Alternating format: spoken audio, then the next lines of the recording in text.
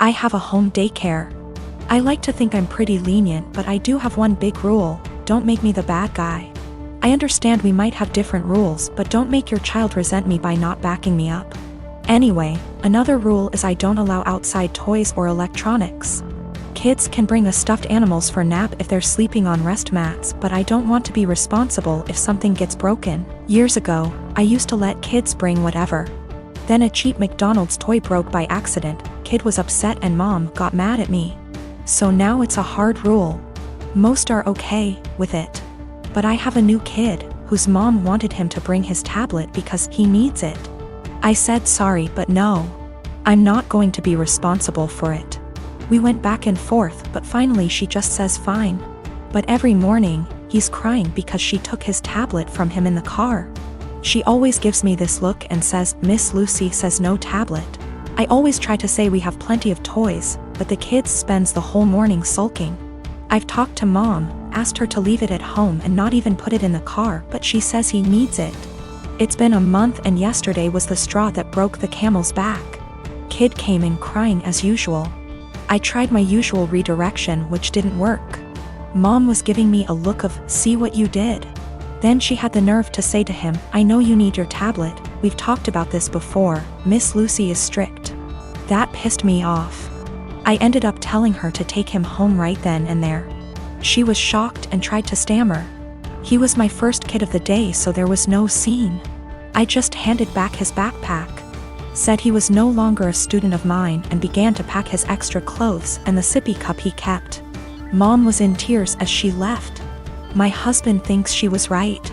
I'm too strict and should have broken policy instead of causing drama. There was no medical need for the tablet. It was all just that he wanted it. I'm not making a waiver for electronics. That won't stop other issues with the tablets, such as jealousy and drama, so my "don't make me the bad guy" rule has been misunderstood, partly as I worded it poorly. I don't expect blind obedience. No one has to agree with my rules. They can challenge them, to me. But to their kid, I'd rather them explain everyone has different rules and that while they're with me, things will be different. I do the same with parents who have different rules than mine. I never say they're wrong or strict. I say that we have different rules at school and to listen to mom and dad. This is also a policy for pacifiers, bottles, and potty training. I'll approach any of these milestones when you ask, but you have to be working on it at home too. The kid won't progress if they only go pee on the potty at home. And the child was not autistic or non-verbal. If he was, an exception would be made. I returned her money for the last few days of January and texted an apology for terminating without notice, and said I hope she was able to find care. She said she left him at her mom's. She also asked if there was any way I'd reconsider, and I said no. We had a long phone call and no minds were changed, but it was the ending we should have had. 8 years ago, my sister got pregnant. The father wasn't involved and my sister didn't want the baby. But she also couldn't bring herself to terminate or adopt out to strangers. She approached me and my now ex-husband and asked if we would be willing to adopt her child. We weren't sure as we were concerned this would lead to issues down the line, but my sister insisted that it wouldn't, so we ultimately agreed. Before Lucy was a year old, my husband left us both because my sister lied about Lucy's father. When Lucy was 4, I got together with my wife, and we married last year. My sister has said that seeing me and my wife with Lucy, who is now 7, confirms to her that she made the right decision.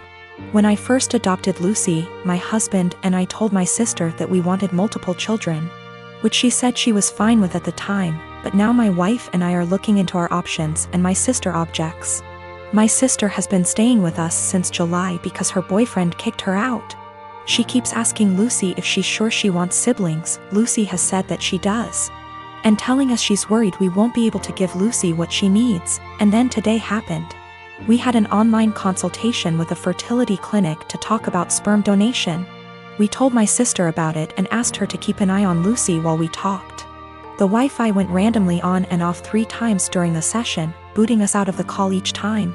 The 3rd time, my wife went to check it and saw my sister holding the power cord, and Lucy trying to plug it back in.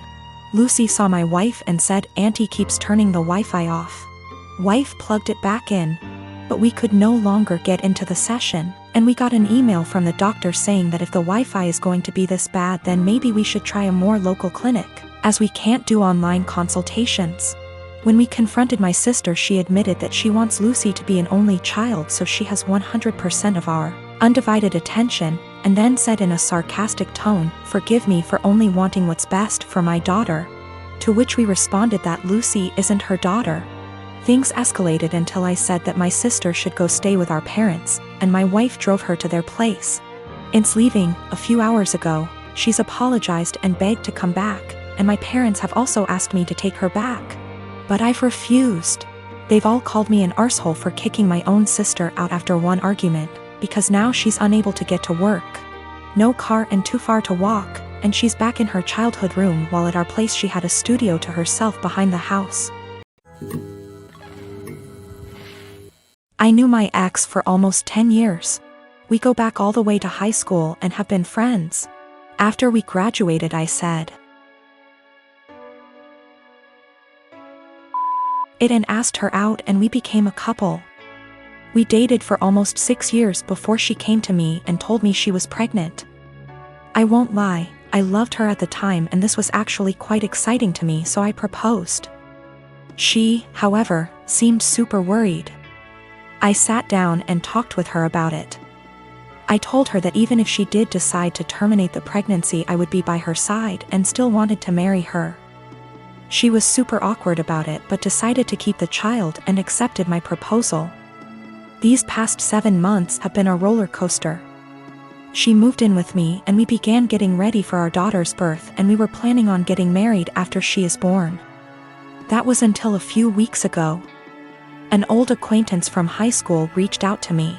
I was never good friends with him, but he said that he felt guilty about letting an innocent man suffer for his and my ex's mistakes. This guy claimed that he was the father of my ex's child and that my ex had been lying to me.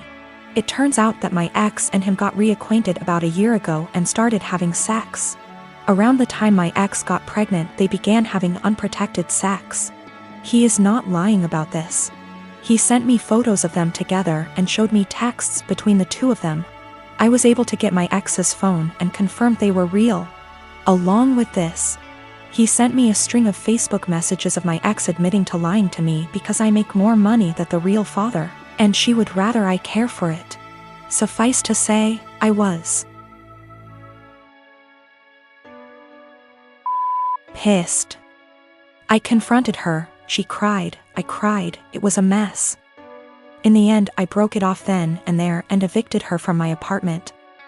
She's in the process of moving out now, but I have not said a single word to her. I have pretty much told her that I want her out of my life. I also demanded a DNA test the minute the child is born. If it is mine, I'll help her support it. If not, then I am never seeing her again. I've been cold to her.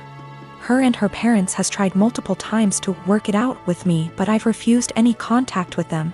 At one point she got all of her friends together to try to talk to me, and I kicked them out of the apartment with threats of calling the police. Anytime she's tried to reconcile, I've shut it down. My friends are saying I'm in wrong here. According to them, she's pregnant, and because of that I should at least be helping her till the baby is born, even if it isn't mine. I disagree fully. But I could be wrong. So, right now I'm in kinda a shitty situation. I've been treating my ex-fiancé pretty cold and demanding a paternity test for the child she's carrying.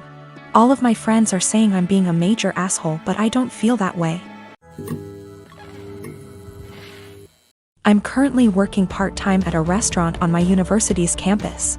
I mostly work shifts with this one girl, we'll call her Anna, who is all for the body positivity movement.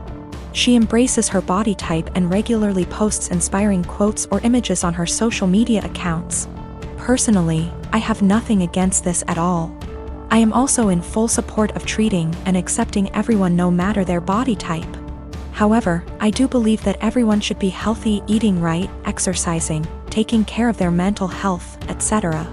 Or at least attempting to be. I don't support those who use the body positivity movement as a cloak to shield and justify their unhealthy and damaging behaviors. However, despite being a supporter, Anna regularly comments on my body type. For example, I always bring food for my shifts since I personally think the food there is not the healthiest: burgers, fries. more fried food, etc. Anna will often say things like, "You should eat a burger, you could use a few extra pounds, honey." Or, "You look skinnier than last week. I told you to stop eating salads every day." She'll sometimes even feign concern for me and ask me in private if I was struggling with my weight, and then proceed to tell me that I look way too skinny to be healthy. One time I was changing into my work shirt in the back and Anna saw my stomach and commented that my stomach was starting to look like a man's. I have no idea what that even means, but I doubt it was a compliment. These hypocritical comments have pissed me off. I enjoy eating healthy and cooking my own meals, and I enjoy working out and staying toned. Anna, on the other hand, gorges herself on the food in our restaurant, drinks about 3 cans of Coke per shift, and does not work out. I don't think this is healthy. Finally, during yesterday's shift, this guy I kinda like came in to get some food, and I was super excited to see him. He turned out to be a bit cold towards me, and the whole event was a bit anticlimactic. Oh well. Anna witnessed the whole thing, and after he left, she said, "Maybe he's into Kuvya girls." I basically blew up at her and called her out for all of her hypocrisy. I asked how she could call herself a supporter of body positivity when she regularly shamed my body. Then I told her that she was unhealthy in many ways. I called her out on her eating habits. Bitter and jealous of others who are in control of their health and bodies, and deluded for believing that she is healthy and fit. She called me insecure and told me I was being rude. It was reaching the end of our shift, so I clocked out early and left so I didn't have to argue with her more. I was mad for a bit and told one of my best friends. She said that I was right and all, but that I was insensitive in the way I brought it up and suggested that I apologize. I'm standing my ground but want to hear other opinions as well.